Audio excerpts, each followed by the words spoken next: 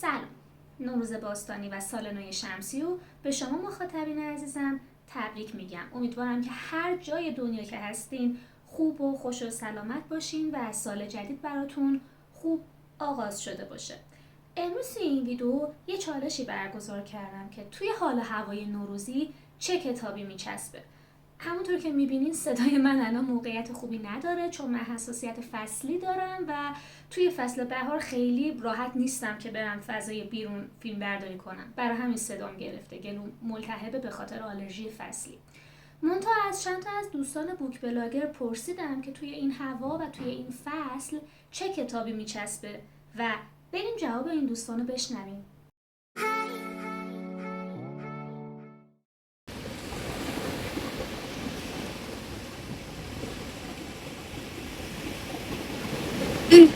سلام، چطوری؟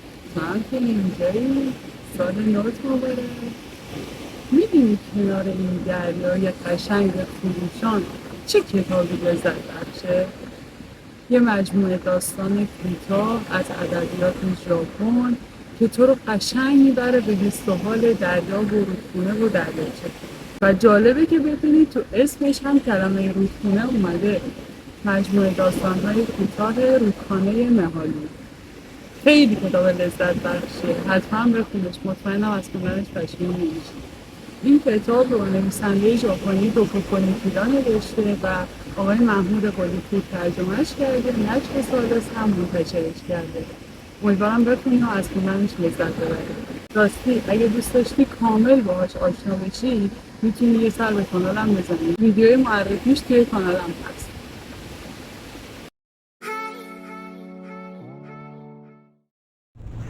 سلام، سال نوتون مبارک. واقعیتش میخواستم که الان که اومدم کتاب بخونم هوا عالیه. میخواستم بهتون بگم که تهران شاید خیلی ها دوستش نداشته باشن به خاطر آلودگی هوا، به خاطر شلوغیش، ولی من عاشقشم. میخواستم بگم تهران قشنگی‌های خودشو داره. تو رو خدا ببین هوا رو، کوها برف هم داره ها، شاید معلوم نباشه. من امروز دیدم هوا خیلی خوبه، گفتم که یکی از کتابامو بردارم و برم بشینم یه گوشه‌ای بخونم. امروز خیلی هم کار دارم، قراره هم درس بخونم هم یه ذره کار کنم، همه دیدنی برم، ولی گفتم تا فرصت دارم یه ویدیو کوتاه هم بگیرم درباره کتابی که میخوام بخونمش. با ما همراه باشید. ما اینو گذاشتیم، میکروفون رو برداشتیم، بریم بشینیم. خب سلام دوباره، من رسیدم توی کوهم و انقدر خوبه اینجا. آدم ها با کوله کوهنوردی میان میرن کوه و فوق العاده هوا تمیزه، روی کوه ها برفه، خیلی حس خوبیه. امیدوارم که هر جا هستین توی بهتون خوش بگذره. سال نوتون بازم مبارک، 100 سال به این سالها. امیدوارم که امسال واقعا سال بهتری باشه برای همه. اتفاقی که هممون شاید آرزوشو داریم اتفاق بیفته. شیرینی پخش کنیم، توی شهر بچرخیم، همه برقصن، شادی کنن، آهنگ بذارن و هم تبریک بگن که بالاخره همه خونایی که ریخته شده شاید بی تاثیر نبوده، شاید اون جوابی که باید میگرفتیم و گرفتیم. به هر حال امیدوارم واقعا سال بهتری باشه امسال. خب من میخوام راجع به یه سلسله کتاب‌هایی صحبت بکنم از آلبر کامو که خودم هم توی کانالم کار کردم. اولین کتابی که من کار کردم خلاصه کتاب بیگانه است و بعد از اون نقد و بررسی کتاب بیگانه که نقد و بررسیشو لینکش رو اینجا میذاریم اگر دوست داشتین که بهش سر بزنید. توی کتاب بیگانه من یه ذره کوچولو براتون تعریف کنم اگر دوست داشتین بهش سر بزنید. آلبر کامو توی کتاب بیگانه فردی رو برای ما به تصویر میکشه که اسمش مورسوه. مورسو شخصیت اصلی این داستان داره با پوچنگاری و فلسفه آلبر کامو زندگی میکنه و میبینیم که اگر یک نفر این فلسفه رو بپذیره احتمالاً زندگیش به چه شکل خواهد بود. همونطور که میدونین کتاب آلبر کامو با یک جمله عجیب شروع میشه. دیروز مامان مرد. امروز مامان مرد. البته نمیدانم، شاید هم دیروز. هیچ کس به نظرم راجع به مرگ مادرش نمیتونه به این سادگی صحبت بکنه و حتی نمیدونه دقیقاً این اتفاق چه روزی افتاده. اتفاق به این بزرگی که برای همه ما شاید خیلی موضوع تاثیرگذار و ناراحت کننده‌ای باشه. جلوتر میشناسیم مرسا رو، توی روابط عاطفیش میبینیمش، توی روابط کاریش میبینیمش، توی اتفاقاتی که حالا براش میفته و جنایتی که توسطش اتفاق میفته و بعد از جنایت که به نظرم زندگیش کاملا زیر و رو میشه. داستان بسیار جالبیه و اینکه یک فلسفه بزرگی رو داره به ما نشون میده، اون هم بسیار جالب. من برای اینکه بتونم این کتاب رو برای شما توضیح بدم و نمادها و شخصیت‌هاش رو معرفی کنم، رفتم سراغ 3 مکتب که اول باید اون 3 مکتب رو بشناسیم و بعد بتونیم راجع بهش صحبت بکنیم. مکاتبی چون نهیلیسم، اگزیستانسیالیسم و ابزوردیسم. اون 3 مکتب رو هم به صورت کامل براتون توضیح دادم، اگر دوست دارین بدونین چیه که بهش سر بزنین. و بعد از اون هم رفتم سراغ افسانه سیزیف. افسانه سیزیف مقالاتیه که یعنی به نظرم یک مانیفست فلسفه ابزوردیسمه. مجموع مقالاتیه، خلقت پوچ، انسان پوچ و این موارد رو توضیح میده از نظر خودش، آلبر کامو.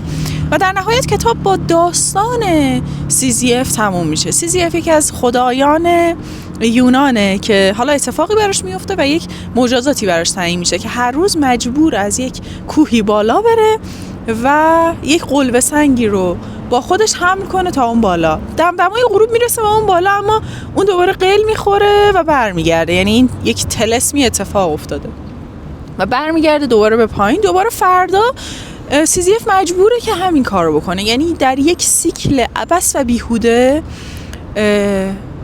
گیر کرده. اما آلبر کامو با توضیحاتی که میده که من توی اون ویدیو هم کامل براتون توضیح دادم، به ما میگه که ما میتونیم سیزیف رو خوشحال ببینیم. سیزیف ناراحت نیست از این کارهایی که هر روز با این تکرار باید انجام بده. میگه پوچنگاری و پذیرش پوچی در مکتب ابزوردیسم باعث نمیشه که تو فرد ناراحتی باشی. نه، با توجه به توضیحاتی که میدم که من کاملا این سیر رو توضیح دادم، در نهایت به این میرسه که اتفاقا ابزوردیسم میتونه تو رو وادار کنه به زندگی به 2 دلیل. یکی اشتیاق به تو میده، یکی آزادی.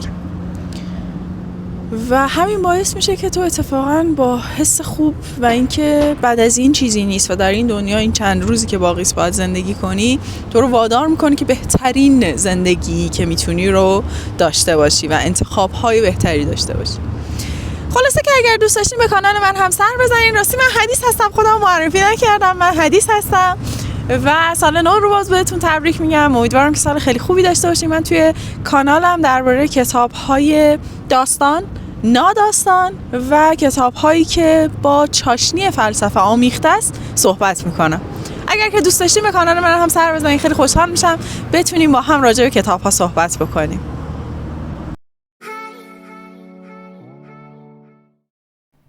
حالا بیام سر وقت جواب خودم.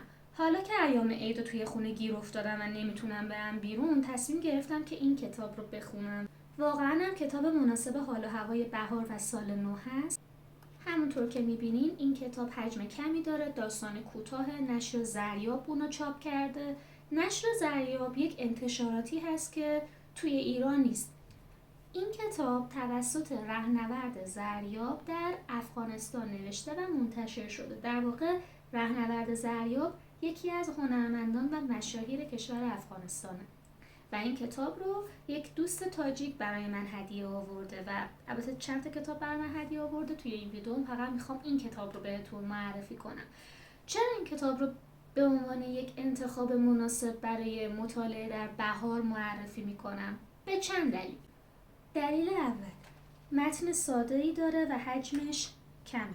دلیل دوم، من خودم تا حالا از نویسندگانی که از افغانستان باشن کتابی نخونده بودم و این اولین تجربه منه و باعث شد که ببینم که چه شباهت‌ها و تفاوت‌های فرهنگی جالبی داریم و آموزنده بود برای من. خیلی دوست داشتم. یه سری واژگان فارسی دری در این کتاب استفاده شده که خیلی قشنگ بود. واقعا دونستنش جالبه.